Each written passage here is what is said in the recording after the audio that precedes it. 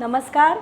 संवाद पॉडकास्टमध्ये मी वृषाली आंबडेकर तुमच्या सगळ्यांचं खूप खूप खूप स्वागत करते. आणि मागचा आपण आयुर्वेदाचा एपिसोड केला होता, त्याला लागूनच आता पुन्हा तुमच्या जिव्हाळ्याचा विषय घेऊन मी आली आहे, डाएटिंग. आणि त्याच्याबद्दल आपल्याला सांगण्यासाठी आल्या आहेत डाएटिशियन आणि न्यूट्रिशनिस्ट स्नेहा गीते. स्नेहा, खूप खूप खूप स्वागत संवादमध्ये तुझं. Thank you so much. आणि नवरात्रीच्या खूप खूप शुभेच्छा. आपल्या प्रेक्षकांनाही नवरात्रीच्या खूप शुभेच्छा. तुम्हालाही सर्वांना खूप खूप शुभेच्छा नवरात्रीच्या. येस, आपण विषयाला सुरुवातच करूया मला ना.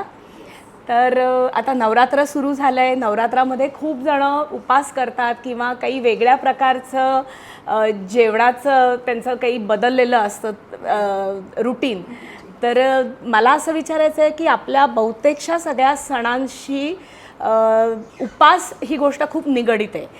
तर उपास, व्रत, वैकल्य हे डाएटचाच एक भाग आहे. व्रत आणि वैकल्य जर आपण पकडलं तर हे फार पूर्वीपासून चालत आलेलं आहे, बरोबर. आपले पूर्वज आहे, तर कुठेतरी त्याला एक स्पिरिच्युअल कनेक्शन आपण जे म्हणतो ते पूर्वीपासून आलेलं आहे. पण त्या स्पिरिच्युअलसोबत एक सायंटिफिक कनेक्शनसुद्धा आपण जोडू शकतो.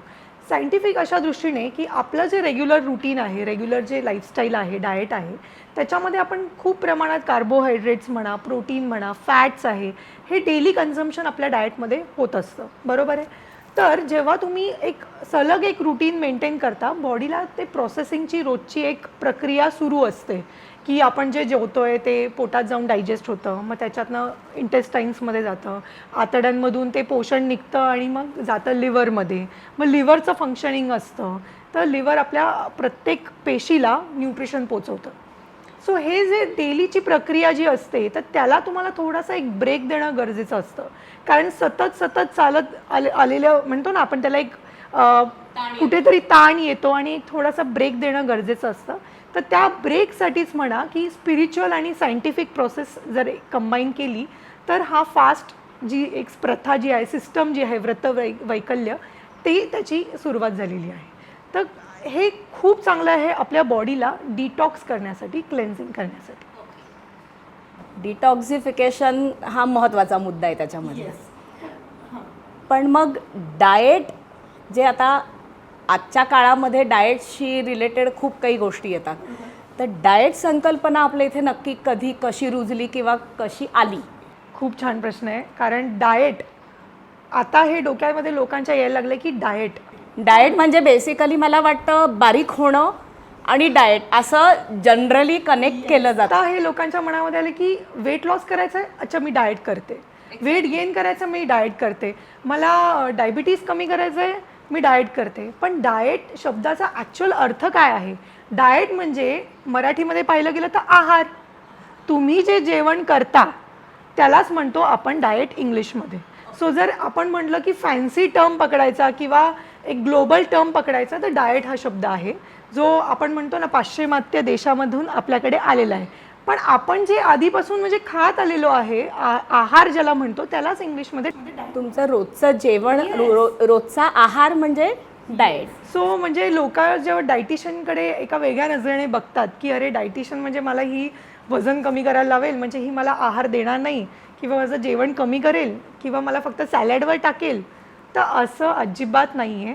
तुम्ही जे घरगुती जेवण जेवता त्याच्यातनंच तुम्हाला जे पोषण किती प्रमाणात गरजेचं आहे, किती वेळामध्ये गरजेचं आहे आणि काय खाल्लं तर तुम्हाला चांगले रिझल्ट्स येतील, तर ते अनुसरून जेव्हा डायटिशियन तुम्हाला एक प्लॅन बनवून देते, तर त्याला आपण एक डाएट प्लॅन म्हणतो. पण डाएट ॲज सच तुम्हाला कुठेही काहीही कमी प्रमाणात किंवा काहीही सोडायचं नाही आहे, हे लक्षात घेणं फार गरजेचं आहे. आत्ता मगाशी बोलताना तू म्हणालीस की कार्बोहायड्रेट्स, फॅट्स वगैरे आपण हे खातो, तर ह्याचं एक साधारण जे आपण जे शाळेत बेसिकली शिकतो त्याच्यानुसार एक ढोबळमानाने वर्गीकरण केलं तर 2 प्रकार होतात. एक मॅक्रोन्यूट्रियंट्स आणि मायक्रोन्यूट्रियंट्स, बरोबर. तर मॅक्रोमध्ये कार्बोहायड्रेट्स, प्रोटीन्स, फॅट्स हे येतं आणि मायक्रोमध्ये तुमचे छोटे म्हणजे जे मे बी फ्रूट्स आहेत, व्हिटॅमिन्स, मिनरल्स आहे. तर पण साधारण जे शाळेत शिकतो त्यावरनं असं की आपलं शरीर ह्या सगळ्यांनीच बनलेलं आहे. बरोबर. मग जे डाएटचे प्रकार येतात की किटो डाएट, प्रोटीन डाएट, हे कितपत योग्य किंवा अयोग्य किंवा काय सांगशील याच्याबद्दल? सी जसं आपण आता बोललो की आहार म्हणजे डाएट, बरोबर. आपण जे खातो बॉडीमध्ये गेल्यानंतर ते डायजेस्ट होतं जेवण, त्याच्यामधून आपल्याला मिळते एनर्जी मिळते, मॅक्रोन्यूट्रियंट्स मिळतात, मायक्रोन्यूट्रियंट्स मिळतात. ते न्यूट्रियंट जे मिळतात त्याला म्हणतो आपण न्यूट्रिशन, म्हणजे पोषण. ओके.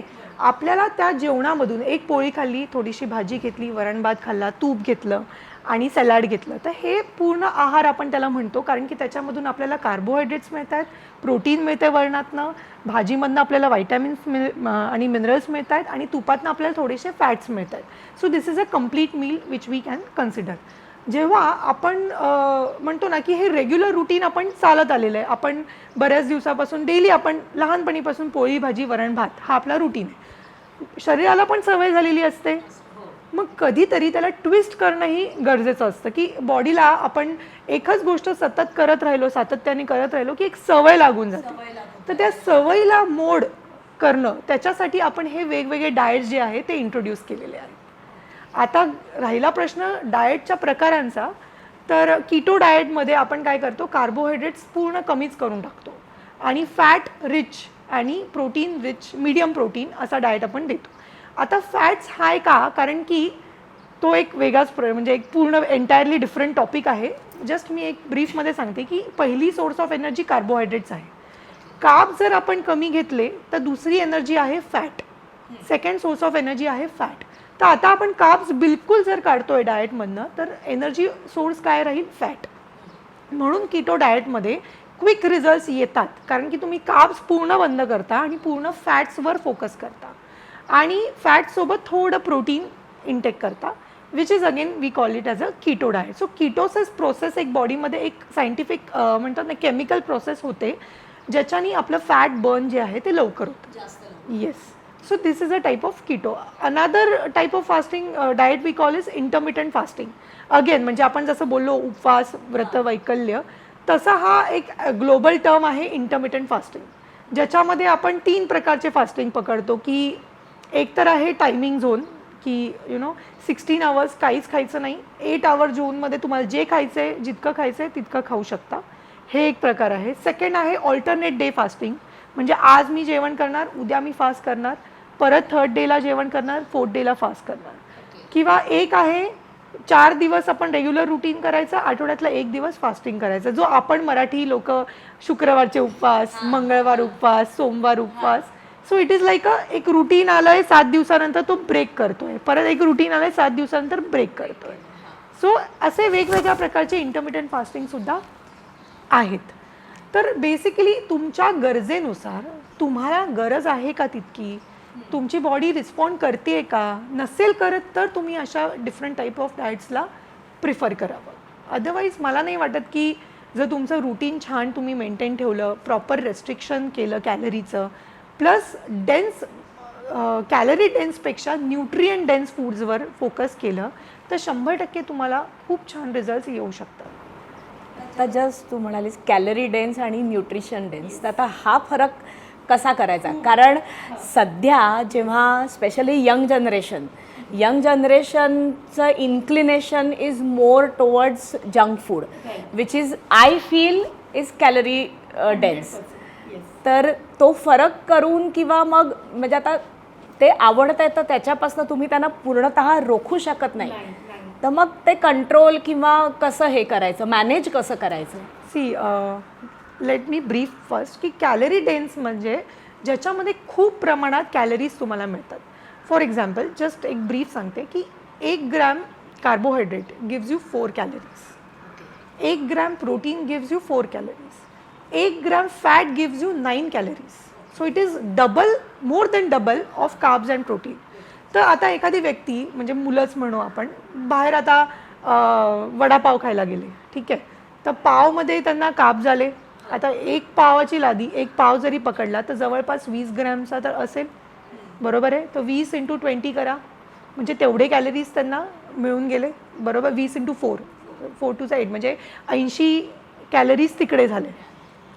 वड्यामध्ये बेसन आहे, आतमध्ये स्टफ कवरिंग आहे आणि आतमध्ये बटाटा आहे which is again a carbohydrate starch. So त्याच्यामध्ये कार्ब्स आणि बेसनचं कवरिंग धरलं तर समजा एक 100-120 कॅलरी तिकडे आले.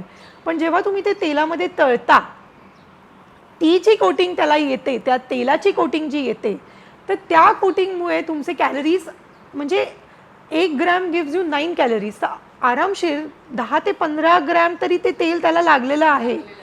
बरोबर आहे. म्हणजे 90 इंटू 10 इंटू 9 केलं तर 90-100 कॅलरी तुमचं त्या तेवढ्या तेलामधून एका वड्यामध्येच सो टोटल पाहिलं ना तर 400 कॅलरी कुठेच नाही. आणि जर आपण एक चांगला डाएट फॉलो करत असेल ना तर आपल्या पोळी भाजी वरण भात ह्याच्यामध्ये आपल्याला 400-450 कॅलरीज इनफ मिळून जातात. ओके.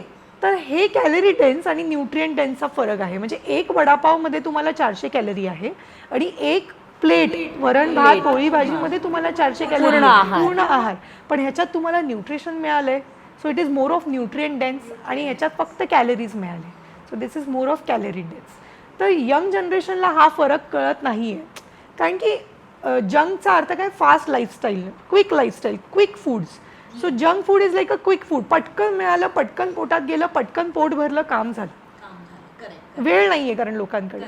पण मग ह्याच्यात तुम्ही ट्विस्ट करू शकता की तुम्ही येस टेस्ट आहे. कारण तेलामध्ये लोकांना ॲक्च्युली वाटतं तेलातनं टेस्ट येते, पण तेलातून टेस्ट येत नाही.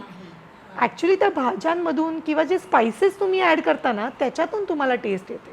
पण ते सायकोलॉजिकल झालेले लोकांना की तेल टाकल्याशिवाय भाजी बनवू शकत भरपूर तेल म्हणजे टेस्टी भाजी. येस, तवंग आला पाहिजे, वर जो लेअर आला पाहिजे तर ती टेस्टी होईल. असं नाही ॲक्च्युली, असं नाही. हे कार्डिओलॉजिस्ट आहेत एक, त्यांनी सुद्धा स्वतःहून सांगितलेले की तुम्ही बिना तेलाची सुद्धा टेस्टी भाजी बनवू शकता 100%. हो, सध्या मी कुठेतरी ऐकलंही होतं बिना तेलाची बिर्याणी वगैरे, अगदी ॲब्सोल्यूट फॅटलेस बिर्याणी वगैरे असंही प्रकार मी ऐकले होते. हो. पण मी असं म्हणत नाही की पूर्ण तुम्ही फॅट बंदच करा. किंवा 2 प्रकारचे फॅट्स असतात, इफ वी कॅन डिस्कस दिस. त्याच्यात सुद्धा 2 फॅट्समध्ये एक आहे जो बॉडी स्वतः बिल्ड करतो. Okay. Internal fat which is required for protection of your organs. म्हणजे एक प्रकारची इंजुरीला प्रोटेक्ट करतं. तुमच्या म्हणजे ब्लड सर्क्युलेशनमध्ये तुमच्या स्किनला हेल्दी ठेवण्यासाठी तुम्हाला फॅट्स, येस, इन्सुलेशन आहे. तर या सगळ्यांसाठी इंटरनल फॅट असतं. आणि दुसरं आहे ते डायटरी फॅट. तर डायटरी फॅटमध्ये तुम्ही कुठल्या प्रकारचं फॅट किती प्रमाणात घेत आहे. आणि सगळे फॅट सेम आहे. असं नाही आहे की सॅच्युरेटेड फॅटच खराब आहे आणि ओमेगा 3 घेतलं किंवा पॉली अनसॅच्युरेटेड घेतलं तर ते खराब आहे, असं नाही आहे. सगळ्यांचं बॉन्ड ऑलमोस्ट म्हणजे ते जे स्ट्रक्चर आहे, केमिकल स्ट्रक्चर, ते सेम असतं. फक्त सॅच्युरेटेडमध्ये सगळीकडे तुम्हाला हायड्रोजन मिळतं आणि अनसॅच्युरेटेडमध्ये 1 हायड्रोजन निघालेला असतो किंवा 2 निघालेले असतात किंवा जास्त. So it is like a mono, किंवा जास्त असतील तर poly unsaturated. So there is not much difference. लेमॅनच्या ह्याच्यात बोलायला गेलं म्हणजे पॉलिसॅच्युरेटेड, अनसॅच्युरेटेड वगैरे, तर म्हणजे नक्की कुठले फॅट्स की लेमॅनला जर समजवायचं झालं. सॅच्युरेटेड फॅटमध्ये येतं नारळाचं तेल, तूप, palm oil which is the worst kind of saturated fat. हे येतं आपलं सॅच्युरेटेडमध्ये. तर त्याच्यामध्ये काय असतं, हायड्रोजन सगळे कवर आहे. म्हणजे एक प्रकारे कम्प्लीट बॉन्ड आहे, कुठेच ब्रेकेज नाही आहे. ओके. तर सॅच्युरेटेड फॅट म्हणून जेव्हा तुम्ही नॉर्मल टेम्परेचरला ठेवता तर ते घट्ट असतं. जसं तूप किंवा खोबरेल तेल सुद्धा जर तुम्ही असं थंडीमध्ये बघितलं तर ते थिजतं, घट्ट होतं, कारण की ते सॅच्युरेटेड फॅट आहे विच बॉन्ड, कम्प्लीट बॉन्ड्स असल्यामुळे ते थिक होऊन जातं. पॉली अनसॅच्युरेटेड जे असतात त्याच्यामध्ये अनसॅच्युरेटेडमध्ये 2 आहे. एक आहे मोनो, म्हणजे एकच हायड्रोजन बॉन्ड निघालेला आहे. त्याच्यामध्ये ऑलिव्ह ऑइल जे आहे ते खूप commonly mono unsaturated fatty acids. आणि जे ओमेगा 9 आपण जे म्हणतो, ओमेगा 9. आणि पॉली अनसॅच्युरेटेडमध्ये 2 प्रकारचे तेल आहेत. एक आहे ओमेगा 3 आणि दुसरं आहे ओमेगा 6. तर ओमेगा 6मध्ये ऑफकोर्स जास्त म्हणजे हायड्रोजन निघालेलं असतं.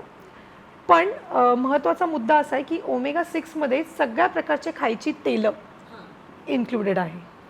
कॅनोला ऑइल म्हणजे मराठीत आपलं करडईचं तेल, राईस ब्रॅन तेल, राईस ब्रॅन ऑइल, तिळाचं तेल, मस्टर्ड, सेसेमे ऑइल, मस्टर्ड ऑइल सुद्धा, soybean oil which is very commonly used, sunflower oil, हे सगळे ऑइल ओमेगा 6मध्ये आहे. ओके. आणि राहिला प्रश्न omega 3. Omega 3 is the best kind of oil for your heart health. जर तुमचं हृदय तुम्हाला चांगलं ठेवायचं असेल तर ओमेगा 3 ऑइल तुमच्या आहारामध्ये असणं फार गरजेचं आहे. तर ओमेगा 3मध्ये काय येतं, फार लिमिटेड ऑप्शन्स आहे. एक आहे फ्लॅक्सीड ऑइल, आळशीचं तेल. ओके. दुसरं आहे वॉलनट्स, अक्रोड.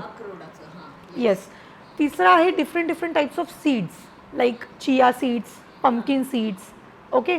सनफ्लॉवर सीड्स, पण त्याच्यामध्ये पण ओमेगा 6 पण आहे, कॉम्बिनेशन आहे. जास्तीत जास्त चिया सीड्समध्ये मिळतं.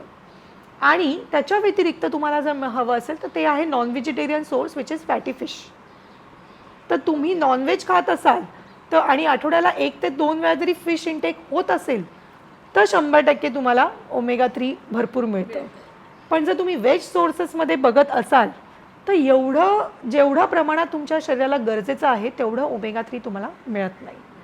आणि काय होतं मग तो इम्बॅलन्स होतो. ओमेगा 3 खाली राहतं, ओमेगा 6 तुम्ही खूप तळलेलं खाताय किंवा तुमच्या भाज्यांमध्ये खूप तेल आहे म्हणजे तुम्ही ओमेगा 6 जास्त आहे. मग तो रेशिओ जो इम्बॅलन्स होतो ना त्याच्याने तुमच्या हार्ट हेल्थवर प्रेशर येतं.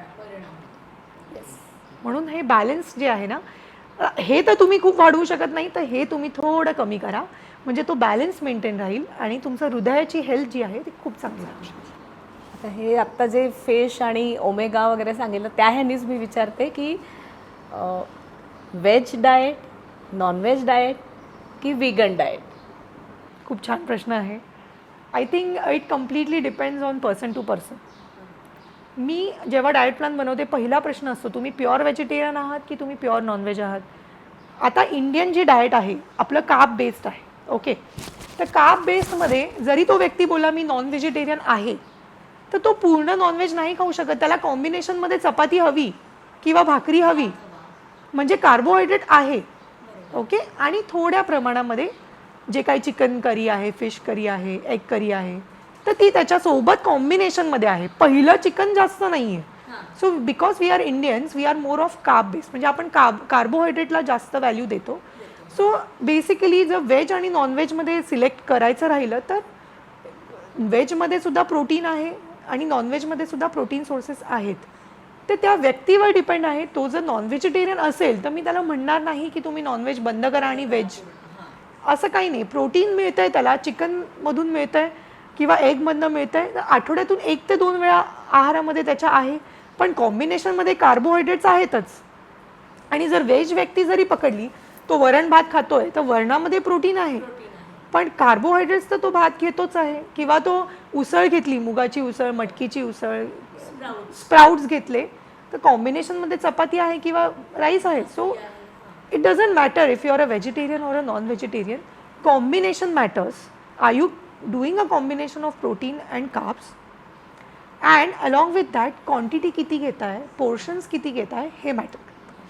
आता जर व्हेज आणि नॉनव्हेज प्रोटीनबद्दल बोललो आपण प्युअरली तर ऑफकोर्स नॉनव्हेज प्रोटीन म्हणजे animal protein which is a pure form of protein.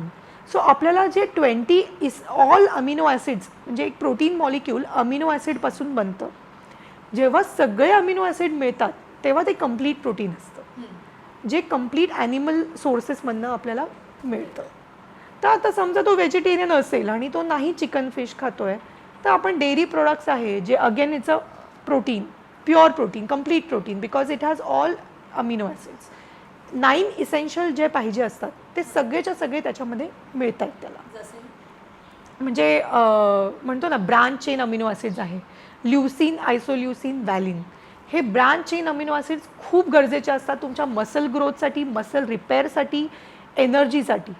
तर ते जे ब्रांच चेन अमिनो ॲसिड्स आहेत ते फक्त नॉन व्हेजिटेरियन किंवा ॲनिमल सोर्सेसमध्ये मिळते. Like non veg, chicken, fish, eggs आणि डेअरी प्रोडक्ट्स, पनीर. पण मग व्हेज वाल्यांचं हे म्हणजे प्रोटीन रिक्वायरमेंट कशी तर पूर्ण? आता तो व्हेज आहे, तो नॉनव्हेज खात नाही आहे तर त्याला डाएटमध्ये आपल्याला प्रोटीन द्यायचं आहे पण कम्प्लीट प्रोटीन कवर करायचं आहे तर तुम्ही डेअरी देऊ शकता, दही, ताक, दूध. पनीर आठवड्यातून 2 ते 3 वेळा देऊ शकता. ओके. किनोवा ॲड करू शकता which is again a complete protein. Quinoa is a type of grain only. हे एक प्रकारचं धान्यच आहे. इंडियामध्ये आत्ता त्याला इंट्रोड्यूस केलेलं आहे, पण it is again a complete protein because त्याच्यात सगळे 9च्या 9 इसेन्शियल अमिनो ॲसिड्स आहेत. It's a rare grain, easily, म्हणून खूप कॉस्टली पण आहे, म्हणून इझिली लोक नाही कन्झ्युम करत, पण ॲज अ ऑप्शन म्हणून तुम्ही देऊ शकता. प्लस त्याच्या व्यतिरिक्त जर व्हेज सोर्सेसमध्ये डेअरी सोडलं तर हेम्प सीड्स आहेत. आता त्याला मराठीत शब्द नाही मला माहिती. Hemp seeds it's a complete protein again. So त्याच्या डाएटमध्ये जर डेली 1 टीस्पून हेम्प सीड टाकला ॲज अ स्नॅक ऑप्शन म्हणून तर त्याला कम्प्लीट प्रोटीन मिळू शकतं. आता त्याच्याही व्यतिरिक्त तो व्यक्ती म्हटला मला दूध नाही प्यायचं आहे, मला नाही आवडत डेअरी प्रोडक्ट्स, मग काही जणांना दुधाची ॲलर्जी पण असते, लॅक्टोज इंटॉलरन्स हां असू शकतं. हो. तर अशा व्यक्तींना परत प्रश्न येतो की मग अरे मग माझ्याकडे व्हेज सोर्सेस आहेत पण मग मला कम्प्लीट प्रोटीन मिळत नाही आहे. तर तुम्हाला माहिती निसर्गानेच आपल्यासाठी त्याच्यासाठी उत्तर बनवलेलं आहे. डाळ आणि भात म्हणजे राईस आणि लेंटिल्स. तर राईसमध्ये ग्रेन्समध्ये एक अमिनो ॲसिड मिसिंग असतो, एक एसेन्शियल अमिनो ॲसिड मिसिंग असतो, आणि लेंटिल्समध्ये एक अमिनो ॲसिड मिसिंग असतो.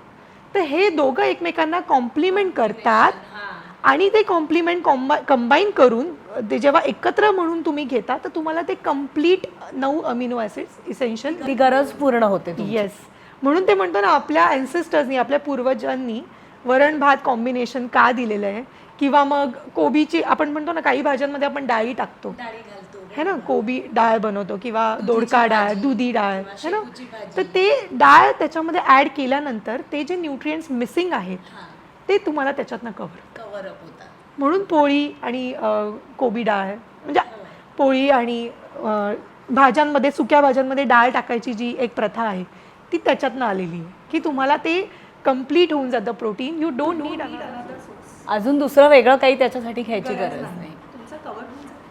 आता पनीर तू म्हणालीस की 1 किंवा 2 दिवस किंवा असं, तर आता ॲक्च्युली असं आहे की आपण हॉटेलमध्ये वगैरे जेव्हा बाहेर जातो तर बहुतेक करून भाज्यांमध्ये पनीर असतंच आणि खूप लोकांना आवडतं सुद्धा. म्हणजे बऱ्याच वेळेला असं मी बघितलं आहे की लोक म्हणतात हॉटेलमध्ये जाऊन हॉटेलला जाऊन काय परत त्याच आपलं नॉर्मल घरचं जेवण जेवायचं आहे, मग पनीर कढाई, पनीर हे पनीर ते असं आणि नान किंवा असं. तर खरं म्हणजे पनीर मुंबईसारख्या शहरात की जिथे बैठी जीवनशैली आहे तुमची, की तुम्ही खूप अंग मेहनत नाही करत आहात, अशा जीवनशैलीला पनीर कितपत योग्य आहे? बेसिकली पनीर कशापासून बनतं मी एक क्विक सांगते की जेव्हा तुम्ही दूध उकळलं आणि त्याच्यात लिंबू पिळला, ते फाटलं, त्याच्यामध्ये 2 लेयर्स बनतात. वरचं जे पाणी असतं ना ते आपण फेकून देतो ॲक्च्युली, पण ते प्युअर आहे, वे प्रोटीन आहे ते. या त्या वे प्रोटीनमधूनच जी वे प्रोटीनचे पावडर्स म्हणतात ना हे मार्केटमध्ये सेल, तर तेच म्हणजे पॅश्चराईज करून त्याला अजून प्रॉपर फिल्ट्रेशन प्रोसेस करून ती पावडर बनली जाते, जे मसल बिल्डिंग लोक किंवा वर्कआउट करणारे लोक घ्यायला लागले. आत्ता ती संकल्पना आलेली आहे. आणि जे खालचं जे थिक प्रोटीन असतं ते केझिन प्रोटीन असतं. 80% ऑफ मिल्क कंटेन्स केझिन प्रोटीन आणि 20% वे असतं. ओके, तर वे सुद्धा माझ्या मते घरी जर तुम्ही पनीर बनवताय तर ते फेकू नका, ते तुम्ही भाज्यांमध्ये टाका, करीजमध्ये, किंवा तुम्ही पीठ जेव्हा मळता त्याच्यात ते ॲड करा. So you will get that. खूप छान टिप आहे. येस, तर ते वे प्रोटीन तुमचं वेस्ट जाणार नाही, तुमच्या मसल्सला कुठेतरी त्याचा नक्कीच फायदा होणार. मी तर लिटरली काय करते, जर पनीर बनवलं आहे आणि मी ते तर वर्कआउट करून आल्यावर मी ते ग्लासभर वे प्रोटीनचं पाणी जे उरलेलं आहे पनीरचं पिऊन टाकते. हो, अगदी खूप छान लागतं. ते ताकासारखं लागतं, थोडं तुरट असतं, पण काही हरकत नाही आहे. तुम्ही काही टाकायची गरज नाही, तुम्हाला pure form of way protein मिळून गेलं अगदी. आणि जे उरले आता खाली जे केझिन प्रोटीन आहे, तर त्या केझिन प्रोटीनपासून जे मिळतं ते पनीर आहे. ओके, सो पनीरमध्ये तुम्हाला प्रोटीन 100% मिळतं, कारण इट इज ॲनिमल प्रोटीन. मी जसं म्हटलं 9च्या 9 इसेन्शियल अमिनो ॲसिड्स तुम्हाला त्याच्यामध्ये मिळत आहेत. पण काय आहे ना, त्याच्यामध्ये फॅटसुद्धा असतं. ओके, आता वेमध्ये तुम्हाला फॅट फार कमी मिळतं, पण ज्या केझिनमध्ये ना फॅटचं प्रमाण खूप असतं. घट्ट जी मलाई दुधाची, घट्ट जे दूध आहे ते सगळं खाली बसलं आहे. So that is the casein protein, ज्याच्यातनं बनतं paneer. So when you are consuming paneer you will 100% get good amount of protein, पण त्याच्यासोबत तुम्हाला फॅटसुद्धा मिळणार. Yes. So if you are looking for weight gain plan तर मी 100% डेलीसुद्धा पनीर तुम्ही कन्झ्युम केलं हरकत नाही, घेऊ शकता. पण जर तुम्ही वेट लॉसवर आहात तर keep it as an option. तुम्हाला दुसरेही ऑप्शन्स आहेत, जसं आज तुम्ही पनीर पुलाव बनवला, तुमचं कॉम्बिनेशन कंप्लीट झालं. उद्या तुम्ही उसळ आणि चपाती घ्या, तुमचं प्रोटीन आणि कार्बचं कॉम्बिनेशन कंप्लीट झालेलं आहे, राईट. सो डेली पनीरची माझ्या मते तरी गरज नाही आहे. ॲज अ वीकेंड म्हणून ट्रीट. आपल्याकडे महाराष्ट्रीयन फूडमध्ये ॲक्च्युली पाहिलं तर पनीर एवढं नाहीच आहे, पूर्वी नव्हतंच. आत्ता जे आहे ना पनीरचं प्रमाण वाढायला लागेल. आणि राहिला प्रश्न जर तुम्ही रेस्टॉरंट्सचं म्हणताय, we don't have to go inside. आतमध्ये जाऊन जर तुम्ही कुकिंग बघितलं तर पहिली गोष्ट ते फ्रेश पनीर नाही आहे, 2-3 दिवसाचं स्टेल पनीर आहे ते. 90% तर टोफू पण वापरतात, जे सोया असतं. आपल्याला काय माहिती, आपल्याला थोडी दिसतंय. See I am not disgracing anyone. तुम्ही जर वीकमधून एकदा किंवा ॲज अ ट्रीट म्हणून जाताय ना, आय वुड सजेस्ट की जा, दुसरं काही भाजी घेण्यापेक्षा पनीर घ्या, कारण की तुम्हाला प्रोटीन तरी मिळतंय. पण चांगल्या रेस्टॉरंटमध्ये चांगल्या क्वालिटीचं, चांगल्या ऑइल यूज केलेलं जर तुम्ही पनीरची करी घेताय, इट्स अ गुड कॉम्बिनेशन.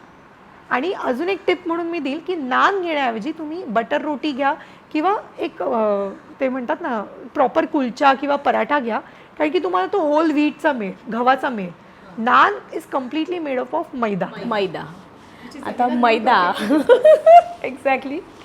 कारण मैदा परत असं आहे की आता सध्या तर त्याच्यावरती खूप चर्चा, खूप मतांतरं असं सगळं आहे. तर आणि बेकरी प्रॉडक्ट्स तर मॅक्झिमम मैद्याचे, तरी आता त्यालाही परत ऑप्शन झाले की ओटपासनं बनवलेला किंवा कणकेचा केक वगैरे असं. पण मैदा नक्की खरंच म्हणजे तू काय ॲडवाईस करशील? पहिली गोष्ट मैदा हा कसा येतो ते मी क्विकली सांगते. की जेव्हा गहू दळला जातो, ठीक आहे, त्याचे फ्लेक्स निघाले, गहू दळला, मग नंतर त्याच्यामध्ये जे उरलेलं जे म्हणतात ना वापरून घेतलं, फायबर सगळं काढून घेतलं आणि कस निघाल्यानंतर जो उरलेला मळी असते ना, मळी तत्व सगळं गेलं, जे लेफ्ट आउट एकदम उरलं आहे. उरलेलं दॅट इज मैदा. म्हणून ते एकदम रिफाईंड, आपण त्याला नावच दिले रिफाईंड. जे पूर्ण निघून गेले सत्व आणि जे एकदम शेवटचं उरलेलं आहे, ज्याच्यामध्ये न्यूट्रिशन व्हॅल्यू काहीही नाही आहे आणि स्टिकी आहे ते खूप. So that is called as maida. So again it is a type of grain only. मी म्हणत नाही, गव्हापासूनच आलेलं आहे, पण जे उरलेलं आहे ना ते मैदा आहे. सो ते उरलेला मैदा जो आहे ना तो रिफाईंड असल्यामुळे तो तुमच्या आतड्यांना इतक्या प्रमाणात घातक आहे जर तुम्ही जास्त प्रमाणात त्याचं कन्झम्पशन केलं तर. आता I wouldn't say about any brand, but हे मॅगी किंवा हे नूडल्स जे असतात ते त्याला कम्प्लिटली मैदा आहे.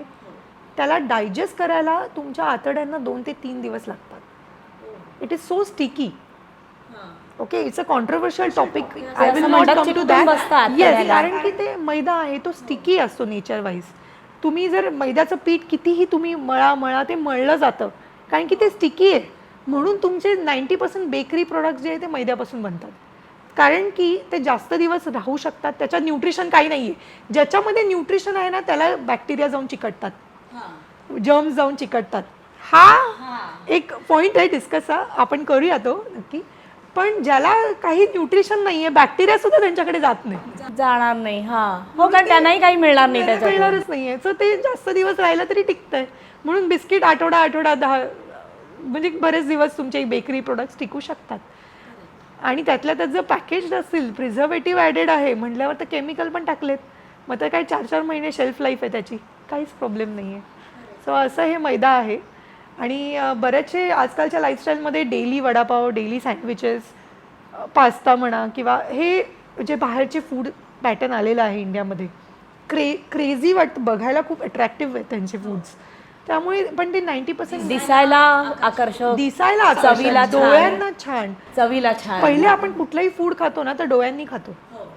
आणि हे व्हाईट फूड जे आहे ना, हे पिझ्झा, पास्ता, हे खूप अट्रॅक्टिव्ह असतात ते. आणि चिल्ड्रन बेसिकली या टीनेजर्स खूप अट्रॅक्ट होतात. आवडतं म्हटल्यावर पॅरेंट्सही अगदी गिवअप करून टाकतात की नाही, मुलांना खुश ठेवायचं. पण त्या मुलांना खुश ठेवण्याच्या नादामध्ये त्यांची हेल्थ कुठेतरी डिटोरिएट होते किंवा खराब होते, हे लक्षात येत नाही. आता मी एक आई आहे, म्हणजे Compromise करतो मी असं आपण. बोस्ट नाही करत आहे, पण माझ्या घरामध्ये तुम्हाला बिस्किट, मैद्याचे कुठलेच पदार्थ नाही मिळणार.